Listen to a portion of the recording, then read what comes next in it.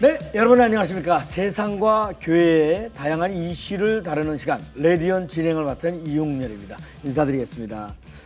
사람들은 대부분 자신들이 관심을 갖는 것에 주목을 하죠. 옷을 좋아하는 사람들은 옷을 주로 보고, 자동차를 좋아하는 사람들은 지나가는 차를 또 유심히 보지 않습니까? 그리스도인이라면 레디온에서 나오는 이야기들에도 많은 관심을 가져주셨으면 하는 마음에서 이런 말씀 드려봅니다. 오늘은 말이죠, 편집장 톡 코너가 준비되어 있습니다.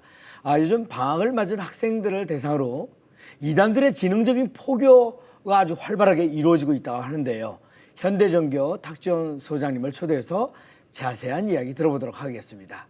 그리고 온전한 인터뷰에서는요, 100세 시대를 살고 있는 요즘 은퇴는 점점 빨라지는데 우리의 남은 후반전을 어떻게 준비하고 살아가야 할지 고민이 많습니다. 잠시 후에 하프타임 코리아 박호근 대표님을 초대해서 함께 이 얘기를 나눠보도록 하겠습니다. 자, 그럼 먼저 한 주간의 교계 뉴스를 정리해 드리겠습니다. 뉴스 이슈, 국민일보 박영미 기자 자리했습니다. 어서 오세요. 반갑습니다. 안녕하세요. 국민일보 박영미 기자입니다. 네, 자, 오늘 전해주실 첫 번째 소식은 어떤 건가요? 네, 지난 한 해를 뒤돌아보면 항상 다사다난했다 이런 말을 하게 되는 것 같아요. 네. 지난 2022년에도 한국교회가 정말 다사다난한 한 해를 보내면서 이 크고 작은 사역들이 언론에도 많이 노출이 됐는데요. 네. 과거와 달리 지난해에는 한국교회를 긍정적으로 조명한 기사가 훨씬 많아졌다는 소식입니다. 네. 옥성상 감신대 개건교수가 최근 2022년 언론이 바라본 한국교회를 발표했는데요. 빅데이터 검색 서비스인 빅하인즈와 포털 사이트 네이버를 통해서 분석한 결과 긍정 보도가 전체의 10.4%로 부정 보도 9.6%보다 많았습니다. 네네. 그동안 말이죠, 한국교회가 알게 모르게 좋은 사역을 참 많이 했는데도 불구하고 그런 것보다는 안 좋은 소식들이 이렇게 부각되는 경우가 많았었는데 참 반가운 얘기입니다. 네, 그렇습니다. 그리고 옥 교수는 지난해 1월 1일부터 12월 24일까지 종합일곤지 8곳, 경제지 3곳, 방송사 4곳에 실린 기독교 기사 4,281건을 분석해서 이와 같은 결과를 도출했습니다. 네. 긍정 보도가 부정 보도를 추월한 것은 2018년 이후 처음 있는 일이라고 해요. 네. 2021년의 경우에는 부정 보도의 비율이 11.5%로 긍정 보도 6.3%의 2배에 달했고요. 코로나19로 교회와 방역 당국의 갈등이 최고조였던 2020년에는 부정 보도가 14.7%로 긍정 보도 4.6%보다 무려 3배나 많았습니다. 네네. 지난해 이런 결과가 나온 특별한 이유가 있었을까요? 아마 가장 큰 이유로는 국내외에서 펼친 한국교회의 나눔과 섬김 사역이 큰 역할을 했다고 볼 수 있습니다. 한국교회는 지난해 2월 러시아가 우크라이나를 침공하자 곧바로 우크라이나 피난민을 위한 다양한 활동을 시작했고요. 네. 또 음식과 생필품을 전달하는 사역을 1년 내내 이어갔습니다. 뿐만 아니라 동해안 산불, 또 서울 강남 지역에 폭우가 발생했을 때도 그 즉시 현장을 방문해서 구호 활동을 펼치기도 했습니다. 네. 결국 이 나눔과 섬김이 한국교회의 신뢰도를 회복할 수 있는 방안이라는 것을 새삼 증명한 셈입니다. 네네. 역시 교회의 역할은 주님의 사랑을 나누는 일에 있는 것 같습니다. 맞습니다. 네. 올해도 한국교회가 사회를 위한 그 다양한 사역에 앞장을 서서 긍정적인 보도가 많이 나오는 한 해가 되었으면 하는 바람입니다. 네. 자, 다음 소식이요. 혹시 우유 한 팩이 독거 어르신의 고독사를 막을 수 있다 이런 얘기 들어보셨나요? 우유로 고독사를 막는다. 네. 우유가 칼슘이 많아서 네. 뼈에 좋다는 얘기를 많이 들었는데 네네. 네. 그런 효능까지 있었는지 몰랐네요. 어떤 얘기입니까? 네, 바로 사단법인 어르신의 안부를 묻는 우유 배달이 진행하고 있는 사역입니다. 교회와 기업의 후원을 받아서 네. 주 3회 독거 어르신들에게 우유를 배달하고 있는데요. 만약에 우유 가방 속에 우유가 그대로 남아있으면 어르신의 건강에 문제가 생겼다는 뜻이기 때문에 네. 이 배달원들이 지역 주민센터에 연락을 취하게 됩니다. 아하. 그럼 연락을 받은 센터는 어르신의 집을 직접 방문하거나 아니면 가족들에게 이렇게 연락을 취해가지고 네. 어르신이 위험에 처해 있다면 도울 수가 있게 되는 거예요. 네. 몸이 아픈 독거 어르신이 오랫동안 방치되거나 혹시 돌아가신 후에도 발견되지 못하는 것을 예방하기 위한 사역입니다. 아하. 그 요즘 1인 가구의 고독사가 사회적인 문제로 떠오르고 맞습니다. 있는데 야, 이 우유 배달 이거 좋은 아이디어 같습니다. 네, 그렇습니다. 네. 이 사역은 서울 옥수중앙교회 호용환 목사가 처음 시작을 했는데요. 네. 2015년에 사단법인이 만들어질 정도로 성장을 했고요. 네. 지난해에는 이제 서울 지역에서만 배달이 됐었는데 최근에는 전국으로 확대가 돼서 3,600여 명의 어르신들이 혜택을 받고 있다고 합니다. 또 이 사역은 미자립 교회에서 전도와 지역 섬김의 도구로도 활용을 할 수가 있는데요. 네. 이 경기도 김포 하이교회의 경우에는 성도들이 40여 가정에 우유를 배달하면서 지역 어르신과 교제를 했다고 합니다. 네. 출근하기 전 바쁜 시간을 쪼개서 배달한 성도도 있었고요. 또 퇴근 후에 회식이 있어도 배달은 빼먹지 않은 성도도 있었다고 하는데요. 네. 또 한 젊은 집사 가족은 토요일 아침마다 자녀 3명을 데리고 독거 어르신의 집을 방문을 해서 이 독거 어르신들이 어린이들의 재롱을 보면서 또 외로움을 달래기도 했다고 합니다. 네, 이게 성도들의 정성이 굉장히 대단한데 이런 성도들의 노력으로 그 어르신들의 마음도 많이 열렸겠습니다. 네, 그렇습니다. 혼자 암투병을 하던 한 어르신은 이 우유 가방에 우유를 넣는 소리만 나도 문 밖으로 나와가지고 본인의 얘기를 또 한참 하셨다고 해요. 나와가지고? 네, 그 성도들은 얼마나 사람이 그리웠으면 어르신이 그러셨을지 좀 마음이 아프기도 했지만 네. 또 어르신들의 외로움을 달래줬다는 보람을 느끼기도 했다고 합니다. 지금은 우유 배달을 받는 가정이 너무 많아져서 성도들 대신에 배달원이 우유 배달을 도와주고 있는데요. 네. 그래도 김포 하이교회는 어르신들과 계속 연락을 주고받으면서 아프신 곳은 없는지 또 우유 배달은 잘 되고 있는지 항상 점검하고 있다고 합니다. 네, 아유 이게 정말로 우유 한 팩이 어떤 건강식품보다 그 외로운 독거 어르신들에게 활기를 불어넣어주는 네. 최고의 선물이 되고 있습니다. 네, 소식 잘 들었습니다. 박영미 기자 오늘도 대단히 감사합니다. 감사합니다. 자, 이어지는 단신 뉴스 보시고요. 다음 출연자 만나보시겠습니다.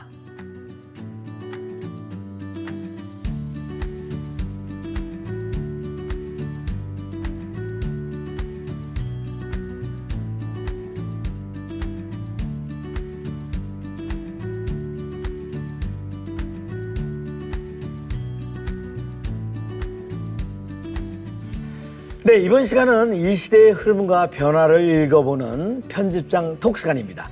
이단들과 최전선에서 싸우고 있는 현대종교의 탁지원 소장님을 초대해서 나날이 급증하고 변화하는 이단에 대해 알아보도록 하겠습니다. 네, 어서 오세요. 반갑습니다. 예, 반갑습니다. 네네. 네.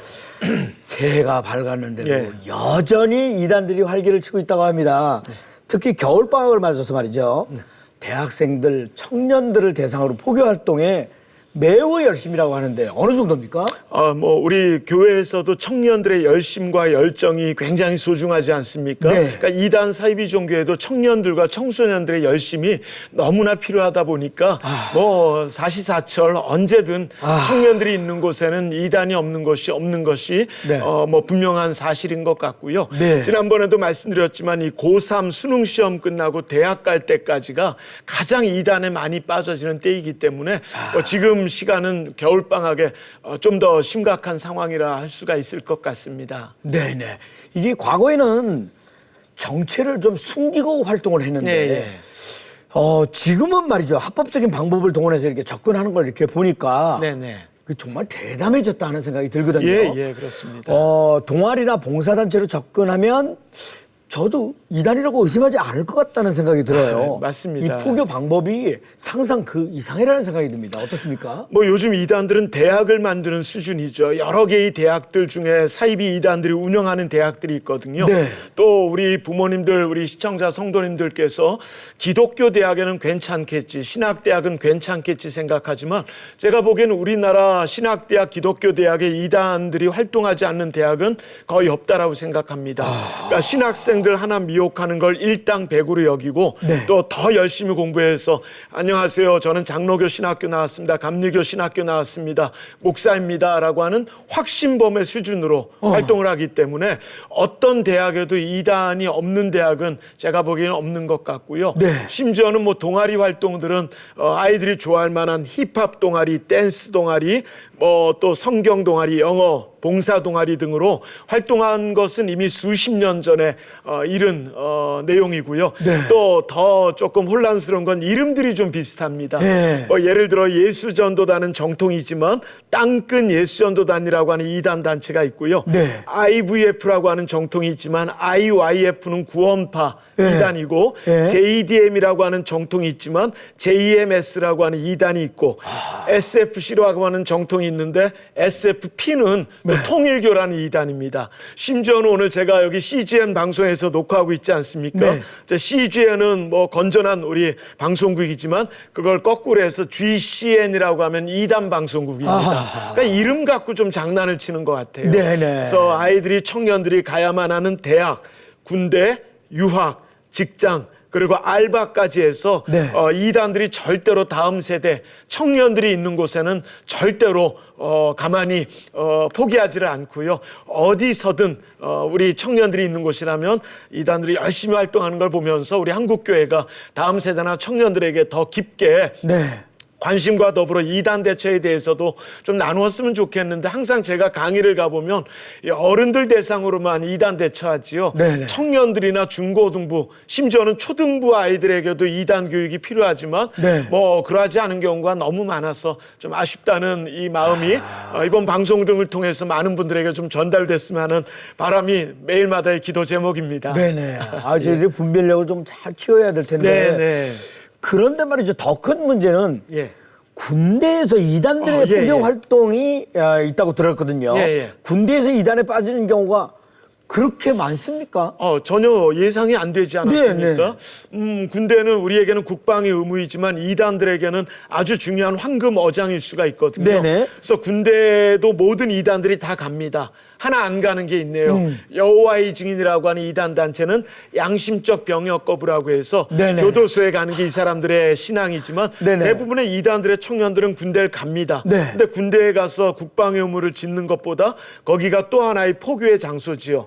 그래서 우리 청년들이 좀 들으면 좋겠지만 우린 뭐 군대 갈 때 나 군대에 끌려가네 너무 아프네 가슴 아프네 하는데 이단들의 청년들은 군대 가기 전에 몇 박 며칠 동안 수련회나 캠프를 통해서 군대 안에서 어떻게 활동하고 전도하고 선교해야 되는가 군 선교사의 파송을 한답니다. 네. 그래서 늘 말씀드리는 거지만 참 가짜는 진짜같이 열심을 다하는데 왜 우리 진짜는 이렇게 가짜 같은 삶을 살아야 되는가 이렇게 진리가 진리일 수 있는 그런 삶이 필요하지 않겠나라는 생각이 좀 들고요.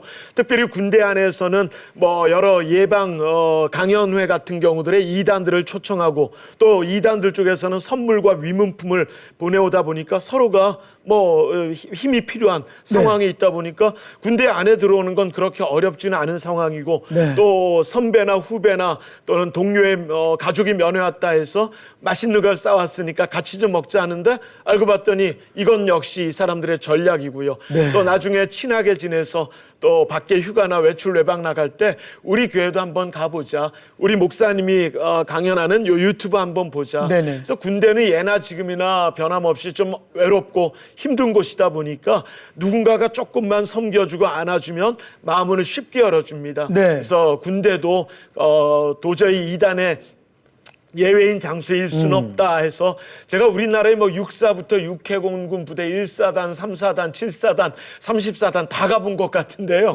어느 부대에도 2단 없는 부대는 없었습니다. 그렇기 때문에 혹시 지금이라도 늦지 않았기 때문에 군대에 가 있는 청년들, 군대 가고자 하는 청년들에게 군대 가기 전에 군 안의 2단 대처 자료를 저희가 좀 만들어 놓은 게 있거든요. 네네. 그러니까 뭐 저는 괜찮습니다. 누구든지 연락 주시면 제가 열심히 이메일로 자료를 좀 보내드릴 테니까 제발 이 1년 6개월 동안 우리 아이들 잘 좀 또 지켜주시면 좋겠다는 말씀 오늘 좀 길게 말씀드렸지만 네네. 너무 중요한 부분이어서 네네. 이렇게 좀 말씀을 시청자분들에게 간곡하게 네네. 부탁을 드리고 싶네요. 네네. 문화를 이용한 구체적인 포교 방식에 대해서 한 말씀 좀 부탁드리겠습니다. 저희가 이번에 기사화를 좀 했는데 한번 이걸 좀 잠깐 보고 네. 설명드리겠습니다.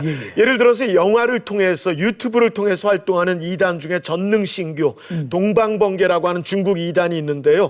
나중에 우리 사회자님도 집사님도 한번 유튜브에서 기독교 영화라고 검색해 보시면 기독교 영화 뭐 배너나 부활 같은 게 뜨는 게 아니라 예. 요 이단 중국 이단의 영화가 막 뜨는 거 보면서 아마 오늘 저녁에 좀 깜짝 놀라실 겁니다. 예를 들어 또 유튜브에 기독교 브이로그라고 치시면 신천지 브이로그가 먼저 뜹니다. 네네. 그러니까 유튜브는 좋은 선물이긴 하지만 잘 활용하지 않으면 안 된다는 말씀을 다시 한번 드릴 수 있을 것 같고요. 네네. 또 영어로 접근하는 이단들 성경 공부로 또는 성경 퀴즈로 또는 CCM 사역으로 접근하는 그리고 MBTI, 애니어그램, 도형상담 하여튼 세상이 이렇게 진화되고 변화되면서 이단들은 더 빠르게 변화되는 것 같은데 죄송하지만 우리 한국교회가 좀 정체되어 있거나 코로나 탓만 하면서 너무 좀 늦지 않나라는 생각이 항상 가슴 아픈 것 같아서요. 네. 우리 소 잃고 외양간 고치지 말고 네. 미리미리 대처하고 예방하고 경계하자. 코로나 대처에 100분의 1만 그 마음을 써도 저는 영적인 바이러스의 문제는 잘 해결될 거라고 생각합니다. 네, 오늘 소장님 말씀 드리니까 우리 청년들이 늘 깨어서 잘 분별할 수 있도록 올바른 교육이 절실하다는 생각이 드는데 네. 가짜가 진짜보다 열심히 하는데 예. 진짜는 가짜보다 더 열심히 해야 되지 예, 않는가 하는 말이 부끄럽습니다. 큰 마음에 남습니다. 네. 교회 안에서는 다음 세대들이 줄고 있고 심지어는 교회 학교가 없어지는 교회들이 늘고 있는 상황 가운데 이단들의 청년 대상 포교 활동은 나날이 발전하고 있다 생각하니까 속상하기도 하고 안타까울 따름입니다. 신앙을 지키기 힘든 이 시대의 청년들을 위해 함께 기도해 주실 것을 부탁드리면서 탁지원 소장님과는 여기서 작별 인사 나누겠습니다. 네, 대단히 감사합니다. 네, 고맙습니다. 감사합니다. 자, 이어서 온전한 인터뷰로 넘어갑니다. 네, 이번 순서는요, 우리 사회의 다양한 이슈들을 성경적 시각을 통해 바라보는 온전한 인터뷰 시간입니다. 과학과 의학의 발전으로 평균 수명이 연장이 되면서 그야말로 100세 시대에 살고 있습니다. 평균 수명만큼이나 길어진 은퇴 후의 시간을 어떻게 사느냐가 중요한 시대가 된 건데요. 그래서 오늘 온전한 인터뷰에서는 은퇴 이후를 위해 어떤 준비를 하고 계획을 세워야 하는지 하프타임 코리아 박호근 대표님을 초대해서 얘기를 나눠보도록 하겠습니다. 안녕하세요. 어서 오세요. 안녕하세요. 반갑습니다. 자, 100세 시대입니다. 네. 100세 시대인 만큼 노후 계획에 대해서 관심도 아주 굉장히들 많거든요. 그런데 또 많은 분들이 노후까지 준비를 하고 살지 못하는 분들이 많이 계신 것 같은데 네. 지금 우리나라 은퇴자들의 노후 시기에 대한 만족도는 어떤지 그게 제일 궁금합니다. 작년 12월 통계에 의하면 네. 실제로 65세 이상 고령층이 900만 명을 넘었다. 그렇게 이야기하고 있습니다. 네네. 그러니까 실제로 굉장히 많은 사람이 이제 인생 후반전이 필요한 때가 되었는데 실제로 준비된 사람은 그렇게 많지 않다라고 하는 것을 보면 네. 이제 우리가 인생 후반전이 100세까지 살게 되는데 이 100세를 어떻게 살 것인가를 잘 준비해야 되지만 네. 실제로 준비 안 된 분들이 더 많다. 이렇게 이야기할 수 있겠습니다. 네. 내 집 마련에 자녀들까지 키우면서 노후 준비를 한다는 게 쉽지 않은 일이라고 생각이 되거든요. 맞습니다. 그렇다면 우리나라 보통 은퇴 후 노후 시기를 어떻게 보내고 있습니까? 보통은 우리가 이제 요즘 100세 시대라고 아까 말씀을 드렸는데 실제로 60세에 이제 우리가 은퇴를 하게 되면 40년이 남아 있거든요. 네. 그래서 이제 요즘 제가 최근에 썼던 책을 보면 16만 시간의 기적이라고 하는 책을 썼는데 네. 이제 100세를 우리가 기준으로 봤을 때 60세 은퇴를 하고 40년이 남아 있는데 그 40년을 실제로 쓸 수 있는 시간을 16만 시간이라고 보거든요. 네. 근데 그 시간을 우리가 잘 준비하지 못하는 경우가 대부분이고 네. 실제 요즘 우리가 이제 우리 김영석 교수님 아시죠? 네네. 김영석 교수님 네, 100세를 103세. 살아보니 올해 104세십니다. 104세십니다. 네. 보면 우리가 충분히 100세까지 살 수 있는 그 시대를 이제 맞이했다라고 우리가 보면 그 준비를 이제는 하지 않으면 안 되는 그런 때가 됐기 때문에 네네. 더 중요한 건 무엇이냐면 돈을 중요하게 우리가 생각하고 우리가 인생 후반전에 얼마나 필요한 것도 중요하지만 네. 어떤 삶을 살 것인가도 또 중요하게 우리가 생각해야 되는 그런 때이기 때문에 이 두 가지를 다 준비해야 되는 때라고 이야기할 수 있겠습니다. 네네. 베이비 부머 그 세대가 710만이라고 들었거든요. 네, 굉장히 많죠. 네, 은퇴 시기를 이제 맞이하고 있는데 그만큼 이제 노후 준비, 은퇴 이후의 삶이 많은 분들이 이제 관심 있게 보실 것 같은데 보통 노후 준비하면은 재정에 대한 얘기가 이제 대부분인 것 같습니다. 어떻습니까? 네네. 보통 그래서 이제 재화 반사성이란 말이 있습니다. 재화 반사성. 재화 반사성. 네. 돈을 준비하는 것은 반만 준비하는 것이다. 그런 의미가 있는데 네. 실제로 우리가 돈을 얼마나 필요한가에 대해서는 관심을 많이 갖지만 인생 후반전에 어떻게 살 것인가에 대한 계획을 하지 못한 사람이 너무 많거든요. 네네. 그래서 요즘 이제 그런 말이 있습니다. 준비를 실패하면 실패를 준비하는 것이다. 우리가 준비를 실패하는 것은 결국은 지금 실패를 준비하는 과정에 있다는 말이 있는 것처럼 네네. 저는 구체적인 준비를 해야 되는 이제 그런 때라고 말씀드릴 수 있겠죠. 네네네. 하프타임 코리아에서 전하는 노후 준비는 어떻게 해야 됩니까? 이 우리 가장 중요한 건 우리 이제 하프타임을 보면 인생의 전반전이 있고 후반전이 있거든요. 네. 근데 이 하프타임은 전반전을 끝낸 선수들이 후반전에 들어가기 전에 갖는 작전 타임입니다. 근데 이제 전반전을 우리가 구체적으로 돌아보고 하프타임에 어떻게 후반전을 뛸 것인가를 작전 타임 해야 되는데 자기 자신을 아는 게 있어서 굉장히 중요하거든요. 그래서 저는 그렇게 이야기합니다. 세상에서 가장 아름다운 사람이 12글자인데 이걸 한 글자로 말하면 뭐라고 이야기할 수 있을까요? 세상에서 가장 아름다운 사람을 한 글자로. 한 글자로? 네. 야, 이거는 어려운데요. 딱 한 글자로 표현하자니. 네. 예. 와. 예, 비슷합니다. 나입니다. 나. 네네. 이거 두 글자로 이야기하면 예, 또 나. 또 나. 나다. 세 글자로 이야기하면 역시나. 역시나. 오, 역시 대단하십니다. 네. 네 글자로 말하면 그래도 나. 마지막 다섯 글자는 다시 봐도 나. 다시 받아. 제가 5번의 질문 중에 공통적인 한 단어가 무엇입니까? 나죠. 네. 나죠. 내가 누군가를 구체적으로 알아야 네. 내가 무엇을 좋아하고 어떤 삶을 살 것인가를 구체적으로 갈 수 있기 때문에 이 네. 하프타임은 자기 자신을 점검하는 시간이 하프타임의 시간이다. 이렇게 말씀드릴 수 있겠습니다. 그러네요. 네. 네. 그러면 또 하프타임에 대해서 이제 공통적으로 이제 세워야 할 기준이나 가치 네. 또는 저희들이 그 체크해야 될 점 뭐 이런 거 있지 않을까 싶어요. 하프타임에 가장 중요한 세 가지가 있거든요. 네. 첫 번째가 정체감. 내가 누군가. 네. 두 번째 정체성. 방향. 네. 내가 어떤 방향을 향해서 가고 있는가. 세 번째는 사명의 회복. 이 세 가지가 굉장히 중요한데요. 사람들은 자기가 어떤 일을 하고 싶어 하고 무엇을 할 때 행복한 것인가를 사람들은 잘 모르는 경우가 많거든요. 근데 내 자신이 어떤 존재인가를 알기 시작하면 그러니까 어떤 방향을 향해서 가야 될 것인가에 대한 방향도 결정이 되고 가장 중요한 건 보통 우리가 은퇴 그러면 우리가 한 번으로 끝난다고 생각하거든요. 근데 사실 은퇴는 세 가지 은퇴가 있습니다. 첫 번째 은퇴가 무엇이냐면 보통 법적으로 정해진 은퇴, 우리가 그것을 우리가 고용정년 그렇게 이야기하거든요. 근데 두 번째는 무엇이냐면 바로 내가 그 고용정년이 지나고 나서도 내가 건강하니까 몇 세까지는 일해야 되겠다. 스스로 정하는 정년이 있고요. 세 번째 정년은 사명 정년이 있습니다. 사명 정년은 무엇이냐면 주님이 나를 부르실 때까지 가야 될 나의 미션을 발견하는 이 세 가지 중에 우리는 첫 번째를 대부분 우리는 맞이하고 있는데 두 번째, 세 번째가 저는 더 중요하다고 생각이 듭니다. 네네. 혹시 인생 전반전보다는 후반전을 인생 역전한 그런 대표적인 인물 뭐 예를 들어서 소개해 주실 만한 분이 계십니까? 보통 우리가 이제 강의할 때 그런 말씀을 많이 드리는데 네. 우리 켄터키 프라이드 치킨의 할랜드 샌더슨이라는 분이 계시죠. 네네. 그분이 65세까지는 실패하다가 65세에 하나님을 인격적으로 만나고 그 이후에 100세가 넘을 때까지 그분이 새로운 후반전을 사신 이제 그런 분도 계시고요. 네. 실제로 제가 하프타임을 통해서 만난 많은 분들 중에서 전반전에 제가 실패했던 분들인데 후반전에 새로운 자기 사명을 찾고 멋진 후반전을 사시는 분이 계시는데 한 몇 년 전에 저에게 연락이 오신 분이 계시는데 목사님 몇 년 전에 제가 하프타임 세미나를 했는데 지금은 전 세계에 1000개의 학교를 짓는 프로젝트를 하고 있습니다. 네. 근데 이미 100개가 넘어갔습니다. 그래서 자기 전반전에 사명을 발견하지 못하다가 후반전에 정말 그런 삶을 구체적으로 사시는 네. 분도 계시고요.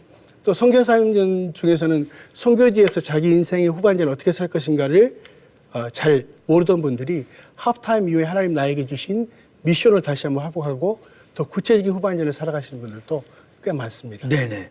사람들이 퇴직 이후에 제일 어려워하는 게 뭡니까? 퇴직에 가장 어려워하는 것 중에 하나는 무엇이냐면 자기의 정체감의 혼란을 겪고 있는 것 같아요. 왜냐하면 네. 대부분은 많은 사람들이 자기가 하고 있는 일이 자기라고 생각하는 경우가 많거든요. 네. 근데 사실 보면 그것을 떠나서 또 새로운 후반전을 가야 되는데 그렇지 못한 사람들이 꽤 많죠. 네. 그래서 제가 이전에 알던 분 중에 한 분은 이분들이 그 장군들을 대상으로 강의를 하러 국방부에 갔답니다. 네. 그래서 자기 생각에는 이제 장군들을 대상으로 해야 되니까 그게 맞는 이제 강의를 준비하고 갔는데 문을 열고 딱 들어가는 순간 그분의 일성이 애게 그렇게 이야기했다는 거예요. 애게. 근데 자기가 생각할 때는 왜 그렇게 이야기했냐면 자기가 생각할 때는 정복을 다 입고 별 달고 앉아있을 줄 알았더니 머리 하얀 분들이 다 사복 입고 앉아있더라는 거 아닙니까? 네. 그래서 그분의 말이 참 재미있었습니다. 네. 별 달고 있을까지 별이지 별 안 다니까 별같이도 안 보이더라. 그렇죠? 많은 사람들은 자기가 현재의 모습이 미래에 계속적으로 갈 거라고 생각하지만 그렇지 않습니다.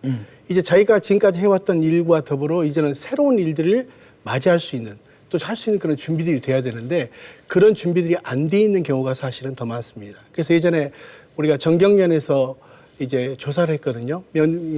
우리가 이 은퇴 이후에 준비가 얼마나 되었습니까?를 물어봤더니 67%가 준비가 안 됐다. 그렇게 이야기가 나왔고요. 그러면 퇴직 이후에 얼마나 일하고 싶으십니까? 그랬더니 70% 이상의 사람들이 은퇴 이후에도 일하고 싶다고 이야기했다는 거죠. 그럼 뭘 이야기합니까? 실제로 일을 하고 싶지만 준비는 안 된 상태를 이야기하는 거거든요. 근데 너무 많은 사람들이 실제로 준비가 안 된 상태 속에서 후반전을 가기 때문에 굉장히 혼란스러운 경우가 있고요. 실제로 저는 그래서 사람들이 이야기합니다. 인생의 가장 중요한 진리 중에 하나는 무엇이냐면 길고 짧은 것은 돼봐야 안다. 그렇죠? 우리가 대부분은 전반전에 아주 잘 나갔다고 해서 후반전에 잘 나갈 수도 있지만 그렇지 않을 수도 있다는 거죠. 그걸 보면 우리가 전반전도 중요하지만 후반전에 어떻게 준비하느냐가 중요한데 저는 이 하프타임을 잘 갖는 것은 무엇이냐면 하프타임은 우리가 우리 인생의 우리가 중반전을 위한 작전 타임이라고도 이야기할 수 있지만 사실은 본질 찾는 거거든요. 우리가 그동안 잃어버렸던 자기 인생의 본질을 찾고 후반전에 어떻게 우리가 가야 될 것인가. 전반전도 중요하지만 후반전이 중요하기 때문에 이 명퇴 이후에 아니면 자기 퇴직 이후에 전반전보다 다른 후반전을 위한 새로운 자기의 정체감을 빨리 찾고 자기가 좋아하는 일, 잘하는 일이 무엇인가를 저는 찾는 일이 굉장히 중요하다고 봅니다. 네, 잘 알겠습니다. 그럼 우리가 후반전을 위해서 스스로 질문해야 할 것이 있다면 어떤 것들이 있을까요? 네, 가장 중요한 건 무엇이냐면 우리가 이제 보통 집을 지을 때 우리가 마스터 플랜이 있어야 된다고 이야기하지 않습니까? 네. 근데 우리 인생에 대한 마스터 플랜이 있는가? 우리가 지금까지 살아온 우리 인생뿐만 아니라 나머지 인생에 대한 구체적인 준비가 되어 있는가가 저는 굉장히 중요하다고 봅니다. 네. 그런 의미에서 지금까지뿐만 아니라 앞으로의 시간에 대한 구체적인 마스터 플랜. 저는 이것이 굉장히 중요하다고 보고요. 나이라는 고정관념에 사람들이 갇혀 있다는 생각을 합니다. 네. 근데 사실 나이는 세 종류의 나이가 있습니다. 첫 번째 종류의 나이는 무엇이냐? 우리가 보통 연대기적 나이라는 게 있거든요. 그래서 혹시 우리가 처음 만나면 한국 사람들은 제일 먼저 무엇이 제일 궁금하시죠? 보통 우리가 나이가 굉장히 궁금하지 않습니까? 그래서 우리가 사람들과 이야기하다가 안 되면 당신 몇 살이야? 이렇게 물어보면 우리가 이 나이에 대한 어떤 것들이 다 이렇게 정리가 되는 것처럼 그런 연대기적 나이도 있지만 가장 중요한 건 무엇이냐면 마음먹기 딸린 심리적인 나이가 중요하다고 생각합니다. 어떠세요? 집사님은 혹시 심리적인 나이가 몇 세 정도 되시나요? 마음의 나이. 마음의 나이는 저는 항상 늘 68년생입니다. 아, 그러세요? 네네. 그 이유는 제가 예. 대학을 14년 늦게 들어갔기 때문에 네. 제 동기들이 다 68년생이에요. 아. 그래서 전 제 마음속에 늘 68년생이라고 생각하고 있습니다. 아, 예. 대단하십니다. 네. 그 마음이 젊기 때문에 더 젊게 사신다는 생각을 합니다.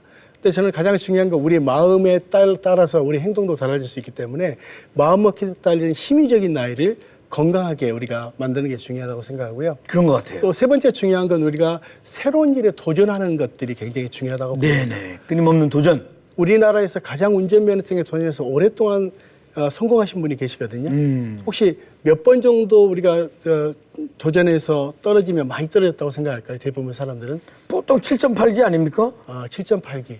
근데 우리나라에 차사순 할머니라는 분이 계시는데 그분이 950번 만에 운전면허증에 도전에 성공했습니다. 네네. 근데 그것도 필기 시험만 950번이고요.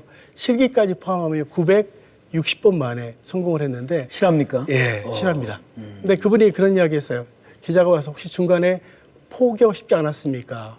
그때 그렇게 말합니다. 그분이 중간에 포기하면 안 하는 일만 못하지. 그래서 끝까지 해서 결국은 땄는데 그분이 나이와 관계없이 70세 이후에도 뭔가를 하고 싶은 자기의 목표가 있으면 그들을 해내는 모습을 보는데 우리 인생 후반전에 가장 중요한 건 무엇을 위해서 할 것인가에 대한 자기 인생의 목표를 또 도전을 위해서 설정하는 일이 굉장히 중요하다고 봅니다. 네네. 자, 이제 마무리를 해야 될 텐데 네. 끝으로 말이죠. 인생의 후반전을 생각하고 준비해야 하는 분들에게 네. 조언의 말씀을 이렇게 마무리 삼아 좀 해주신다면 어떤 얘기 해주시겠습니까? 이제 가장 중요한 건 인생은 끝날 때까지 끝난 것이 아니라는 거죠. 많은 사람들이 중간에 포기하는 경우가 있는데 포기하지 않고 인생은 끝날 때까지 끝난 것이 아니기 때문에 계속적으로 도전하고 무엇인가를 준비해야 되는데 가장 중요한 건 내가 무엇을 위해서 할 것인가에 대한 자기 인생의 마스터 플랜을 갖는 것이고 또 인생 사명서를 쓰는 것이라고 생각이 듭니다. 그래서 저는 제 인생 사명서를 나의 인생 사명은 하프타임을 통해 글로벌 사역하며 강의나 집필과 멘토링과 방송을 통해 인생의 후반전의 삶을 살도록 돕는 것이다. 근데 여러분 글로벌이라는 말을 제가 썼는데요. 진짜 글로벌하게 강의하게 되더라고요. 그래서 저는 우리 모두가 분명한 자기 인생의 목표와 사명사를 가지고 후반전을 살아가시면 좋겠다. 그렇게 말씀드리겠습니다. 네. 대표님은 심리적인 나이를 몇 살이라고 생각하시고 계십니까? 저는 28살입니다. 이유는요? 28살 이후로 저는 계속적으로 그런 삶을 살아왔기 때문에 네네. 저는 계속적으로 나이와 관계없이 28살로서의 생각과 도전의식을 가지고 살고 있습니다. 네네. 저한테 그 질문을 해서 저도 궁금해서 여쭤봤어요. 네. 네, 대단하십니다. 네. 예.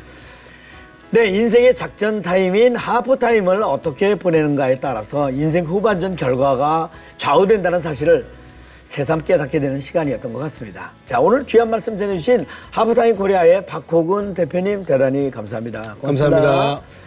레디오 오늘 준비한 소식은 여기까지고요. 저는 다음 시간에 다시 인사드리겠습니다. 대단히 감사합니다. 고맙습니다. 감사합니다. 수고하셨습니다. 네.